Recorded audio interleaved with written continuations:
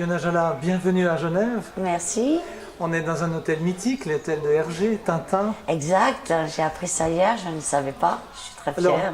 j'y ai pensé en prenant la porte tambour et on a tous l'image du capitaine Haddock à plat ventre avec tous ses papiers. Et oui, moi celui que je préférais c'était Tintin au Congo. Première partie de l'interview, on va finir par la conclusion. C'est une renaissance. Vous revenez au sommet des médias, vous apparaissez un petit peu partout pour votre livre Si fragile, le second en 15 ans. Oui. Avec une conclusion ouverte, je suis un cœur à prendre, je suis sorti de l'alcool, je suis sorti de mes démons. Oui, absolument. Il m'a fallu du temps. Et c'est vrai que j'ai eu 6 deuils il y a 5 ans. Et là, surtout la mort de maman pour ça et de ma sœur, Maria. Oui. Donc j'ai dédié ce livre pour elle. Et c'est vrai qu'à l'époque, la mort de maman m'a tuée. Étrangement, papa, j'y étais pas préparée, mais un petit peu. Mais maman, j'avais déjà trouvé une nouvelle maison de retraite. J'avais trouvé un rez-de-chaussée pour qu'elle puisse venir chez moi. Et elle est partie, je veux dire, je m'y attendais pas du tout. On n'est jamais préparé à ces On n'est choses-là. jamais préparé à la mort d'un parent. Et d'une mère qui plus est. En lisant le livre, on a l'impression que, quand on a à peu près le même âge que vous, Oui. qu'on a vécu ces choses-là, et vous l'écrivez d'une manière très directe. D'où vous vient ce style? C'est votre papa le poète? C'est votre formation? Ah, c'est marrant que vous parlez, Daniel, de style. Parce que la première fois, bon, j'ai commencé à écrire avec ma meilleure amie, Dieu et son âme, qui s'est envolée à l'âge de 20 ans sur le bac, à l'île de Ré. Et donc j'ai commencé à écrire des petits poèmes avec elle. On avait 9-10 ans sur l'île. Et puis quand j'ai décidé d'écrire mon premier livre, en fait c'est en faisant une émission avec Julien Courbet. J'étais mariée à l'époque à Ubaldo Franceschini, qui est peintre maintenant. On a fait ça à Ouarzazate, dans les décors de Cléopâtre, qui avait tourné Jamel Debbouze. Et comme d'habitude, on fait souvent des sagas, ça dure 20 minutes. Et le journaliste me dit, mais votre vie, vraiment, quel gâchis. Et il me dit, et je suis rentrée à la maison, je dis, bah, je vais écrire un livre, parce que je m'en étais sortie. Comment se sortir de la drogue? Et j'avais appelé ça gâchis. Et puis Michel Lafon, j'ai écrit 30 premières pages, que papa a lu, il m'a dit, vas-y. Il m'aurait dit, Fiona, laisse tomber l'écriture, reste au théâtre. Je n'aurais pas continué d'écrire, mais il m'a dit, t'as un style, fonce.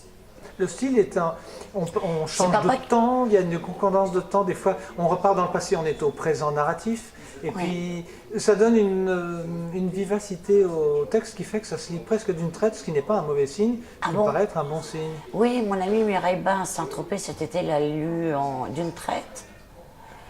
Bah, je sais pas... je suis très étonnée parce que maintenant on me dit Fiona, chanteuse, écrivaine. Je m'y attendais pas du tout. Moi, j'écris comme ça. Il y a une chose qu'on ne sait pas quand on est trop jeune, parce que j'ai interviewé des étudiants à moi, ils connaissent vaguement, oui, la peau d'un flic à cause de Delon. Puis je dis, mais c'est la fille. De flic. Oui, exactement, parle de flic. Peau d'un flic, c'est Anne Pariot. Absolument, bon, c'est un peu des mêmes genres. On ignore, quand on est ici à Genève, le théâtre, les Amazones, et le fait que vous jouez, vous êtes une comédienne ou une actrice d'ailleurs? Bah, je crois qu'actrice, on dit ça pour le cinéma. Oui. Comédienne, c'est pour le théâtre. Mais quand on fait une interview, on dit actrice dans les magazines, ils mettent Fiona Jala actrice. Pourtant, ça fait 20 ans que je n'ai pas tourné au cinéma. Et vous avez été au théâtre? Ah, je suis au théâtre. Là, j'ai pas joué depuis, ça va faire 4 ans. Mais je vais être sur les planches en 2017. C'est bien ça. Ah, mon Dieu, ça me manque. J'ai hâte. Puis maintenant que j'ai plus de démons, par la gourmandise, que je veux dire, j'ai remplacé le rhum par le sucre. Parlons des démons, ça fait moins de mal. Parlons des démons. Est-ce que vous avez trouvé la raison de ces démons? Parce qu'on a l'impression que les comédiens, les artistes, ont plus facilement les nerfs à vif, la peau... Oui, on est des écorchés vifs comme Rimbaud, Verlaine, Artaud, Apollinaire. Et puis la génétique, vous dites que vous avez hérité de ça à votre papa? Oui, ma maladie, je l'ai héritée de maman et papa, le goût de la fête. Oui. Et papa s'en est sorti grâce à Guitry, et je dirais grâce à maman. Et papa, j'ai un interview, ça a été aussi par rapport à Pascal, au don de soi, au don des autres, oui. Pour les autres. Et moi, c'est surtout l'alcool quand j'ai su que je devenais grand-mère. Vous avez pris un coup de vieux tout d'un coup? Oh non, je suis ravie, au contraire, j'ai rajeuni. Ah mais là, je suis juste majeure. Hein. Et encore, j'ai 17 ans. Je crois que c'est Prévert qui disait ça.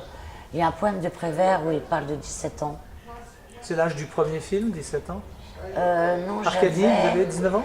Arcadie, j'avais 19 ans, j'ai fêté les 20 ans sur le film. Non, mon premier film,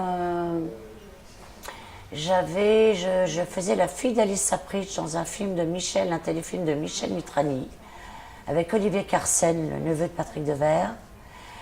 Et là, j'avais 18 ans. Et mon premier film, j'avais 5 ans. Thérèse Chiang Mayerling, où je fais la fille de Deneuve et d'Omar Sharif, où je fais une princesse. Mais ça a été coupé au montage. Oui, c'est ce que vous racontez. Ça a commencé comme ça, le métier. Parce que je me suis dit, mais attends, j'ai pas le souvenir, vous n'y êtes plus. J'y suis pas, le film était trop long, on m'a coupé.